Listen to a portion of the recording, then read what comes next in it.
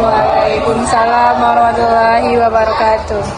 Baiklah, di sini kami kelompok 1 akan mempresentasikan hasil dari laporan kami yaitu kunjungan ke industri.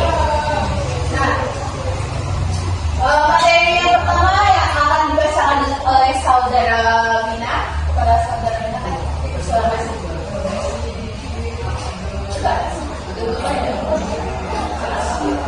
Di sini saya akan menjelaskan tentang ekologi industri.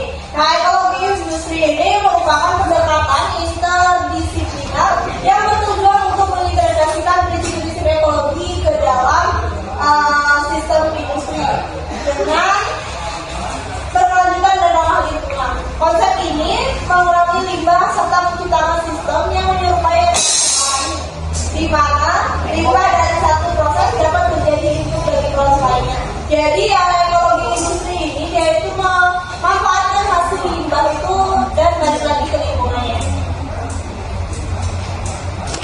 Soalnya ada prinsip-prinsip ekologi industri. Nah, prinsip ekologi industri di sini yaitu yang pertama efisiensi sumber daya. Jadi yaitu memanfaatkan hasil sisa-sisa dari industri dari produk yang akan kita gunakan. Terus yang kedua ada daur ulang dan pemanfaatan kembali. Ketiga ada pengurangan limbah biasanya untuk keberlanjutan simbiosis industri dan peningkatan sistem. Nah, jadi prinsip ekologi ini yaitu penggunaan satu produk yang sisanya tidak dibuang tapi dimanfaatkan kembali dan kembali ke lingkungan.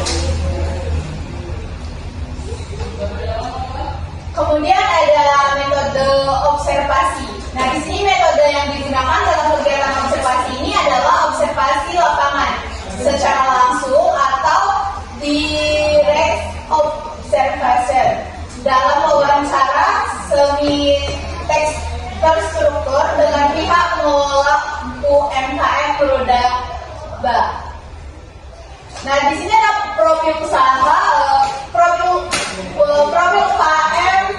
UMKM Roda Ba, yaitu ada profil industri pengolahan kopi Roda Ba, nama usaha yaitu Roda Ba Coffee, owner Saiful Ansori SP.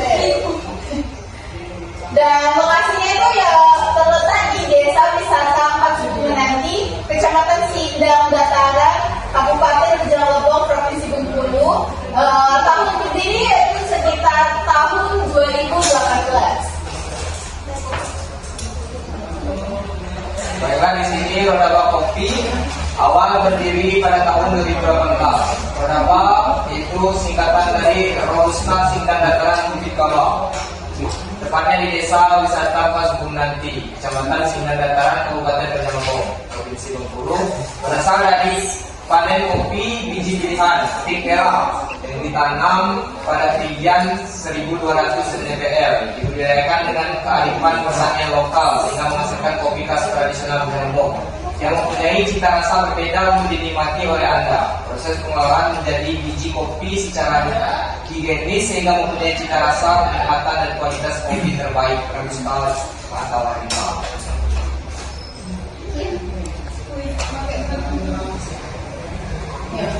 Di sini ada jenis kopi dan varietas. Roda Ba Kopi menggunakan biji kopi pilihan, khususnya kopi robusta. Ada indikasi juga penggunaan kopi jenis putih merah. Metode atau proses pengolahan yaitu proses pengolahan dilakukan secara higienis, mulai dari pemanenan, pengolahan biji kopi, green bean hingga roast bean.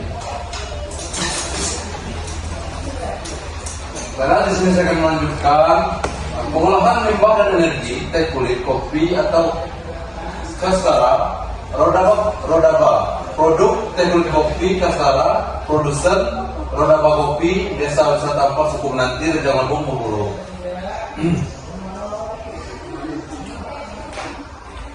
Kastara adalah teh yang dibuat dari kulit buah kopi atau outer skin extract yang biasanya menjadi limbah pada proses kopi. Kulit buah kopi ini dikeringkan kemudian diseduh seperti teh. Teh kulit kopi Roda Ba ditawarkan sebagai produk wisata dan memiliki identitas sebagai produk lokal di Desa Wisata 4 Suku Menanti. Harga mulai dari sekitar Rp30.000 untuk produk tersebut.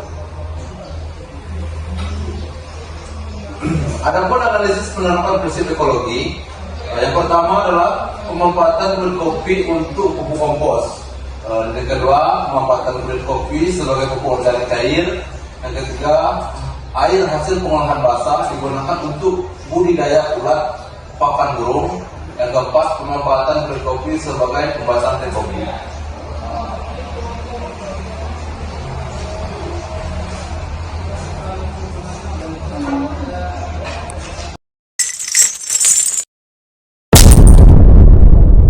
Melanjutkan presentasi yang kedua dari kelompok 1, yaitu kunjungan observasi lestari kopi Desa Pasuku Menanti.